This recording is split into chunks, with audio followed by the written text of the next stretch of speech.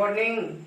आप सबों को मैं अपने YouTube channel Gurukul GK and GS classes में स्वागत करता हूं।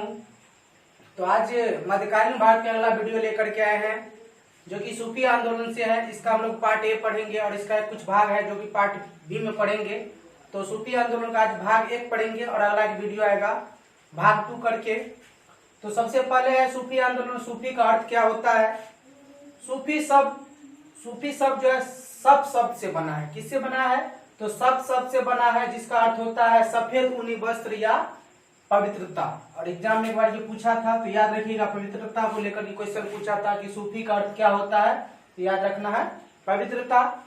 अब है खानका। खानका क्या था? सूफियों का निवास स्थल, जहां सूफी संत रहते थे उसको खानका कहा जाता था।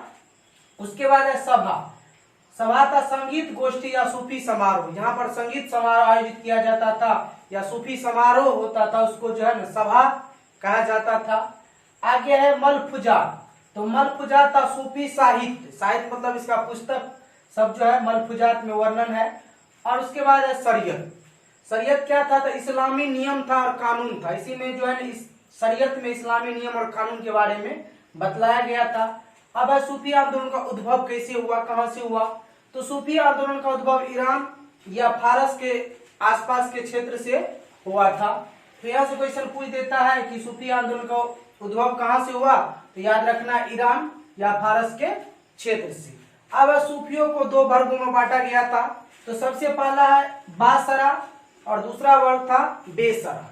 बासरा क्या था कि शरीयत में विश्वास रखने वाला को बासरा कहा जाता था और शरीयत में विश्वास नहीं रखने वाले को बेसरा के नाम से जाना जाता था। अब है अबुल फजल के अनुसार 24 सूफी सिलसिले हुए थे। अबुल फजल थे, उसके अनुसार बोला था कि 14 जो है सूफी सिलसिले हुए थे। उसके बाद है भारत में प्रमुख सूफी संत सब कौन सा बाय, कौन कौन सिलसिला चला, उसको देखना है। तो सबसे पहले चिश्ती संप्रदाय आए थे, उसके बाद सुहरावर्दी आए, उसके बाद फिरदौसी आए, उसके बाद सतारिया आए और उसके बाद कादरी संप्रदाय और उसके बाद लास्ट में नक्शबंदी संप्रदाय। तो यहाँ सबसे ज्यादा क्वेश्चन की यदि बात की जाए तो चिश्ती संप्रदाय से पूछा जाता है। तो भारत में सूफियों का आगमन कैसे हुआ? तो भारत में सूफियों का आगमन गजनवी के समय हुआ था। भारत में सूफियों का आगमन गजनवी के समय प्रारंभ हुआ और भारत आने वाले पहले संत शेख इस्माइल थे। यानी भारत आने वाले पहले संत कौन थे? शेख इस्माइल। और किसके आगमन के साथ हुआ था? तो गजनवी के आगमन के साथ ही सूफी संत आए थे। अब है सूफी संत को पीर तथा शिष्य को मुरीद कहा जाता। सूफी जो संत थे उसको क्या कहा जाता था? पीर। और उसके शिष्य को क्या कहा जाता था? मुरीद कहा जाता था। अब है चिश्ती संप्रदाय, जिसमें सबसे पहला था चिश्ती, तो उसको हम लोग पढ़ेंगे। तो चिश्ती संप्रदाय है कि संस्थापक कौन था? तो चिश्ती संप्रदाय का संस्थापक था ख्वाजा अबू अब्दाल चिश्ती। कौन था? तो ख्वाजा अबू अब्दाल चिश्ती। और यदि भारत में संस्थापक की बात किया जाए चिश्ती संप्रदाय के, तो वो था ख्वाजा मोइनुद्दीन चिश्ती। और यहाँ से क्वेश्चन पूछा जाता है तो यहाँ याद रखना है कि भारत में संस्थापक कौन थे चिश्ती संप्रदाय के, तो वो थे ख्वाजा मोइनुद्दीन चिश्ती। अब है ख्वाजा मोइनुद्दीन चिश्ती किसके साथ भारत आया था? तो मोहम्मद गौरी के साथ जो है ना ख्वाजा मोइनुद्दीन चिश्ती भारत आए थे सन 1192 ईस्वी में। और आप सबको पता भी होगा कि 1192 ईस्वी में तराइन का दूसरा युद्ध हुआ था। अब है इनका खानका, यानी ख्वाजा मोइनुद्दीन चिश्ती का खानका, जहां इसका निवास स्थल होता था तो खानका अजमेर में था। यानी ख्वाजा मोइनुद्दीन चिश्ती का खानका कहाँ था? अजमेर में, तथा इनका दरगाह भी अजमेर में ही स्थित है। अब इनके 2 शिष्य थे। शिष्य कौन कौन थे? तो सबसे पहला शिष्य था शेख हमीमुद्दीन नागौरी। कौन थे? शेख हमीमुद्दीन नागौरी। और दूसरा शिष्य था कुतुबुद्दीन बख्तियार काकी। अब है कुतुबुद्दीन बख्तियार काकी।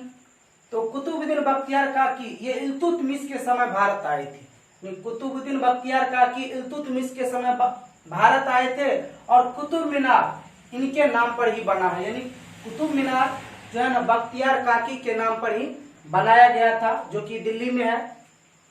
अब है बाबा फरीद। तो बाबा फरीद इनके उपदेशों का गुरु ग्रंथ शामिल किया गया है। यानी बाबा फरीद के उपदेशों को गुरु ग्रंथ में शामिल किया गया। तथा यह बलबन के दामाद थे। यानी बाबा फरीद किसके दामाद थे? तो ये बलबन के दामाद थे। उसके बाद है शेख निजामुद्दीन औलिया। शेख निजामुद्दीन औलिया और ये बाबा फरीद के शिष्य थे।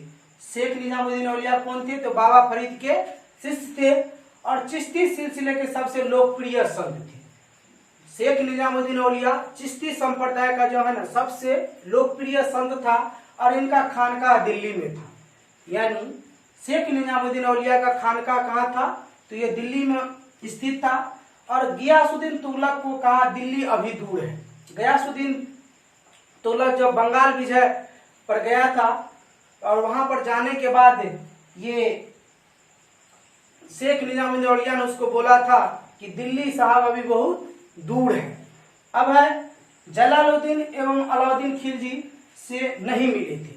यानी शेख निजामुद्दीन औलिया जलालुद्दीन एवं अलाउद्दीन खिलजी से नहीं मिले थे और कहा जाता है कि घर में दो दरवाजा होता था और जब ये मिलने के लिए आते थे तो ये पीछे के दरवाजे से निकल जाते थे। तो इसका अगला वीडियो एक और आएगा सूफी आंदोलन का।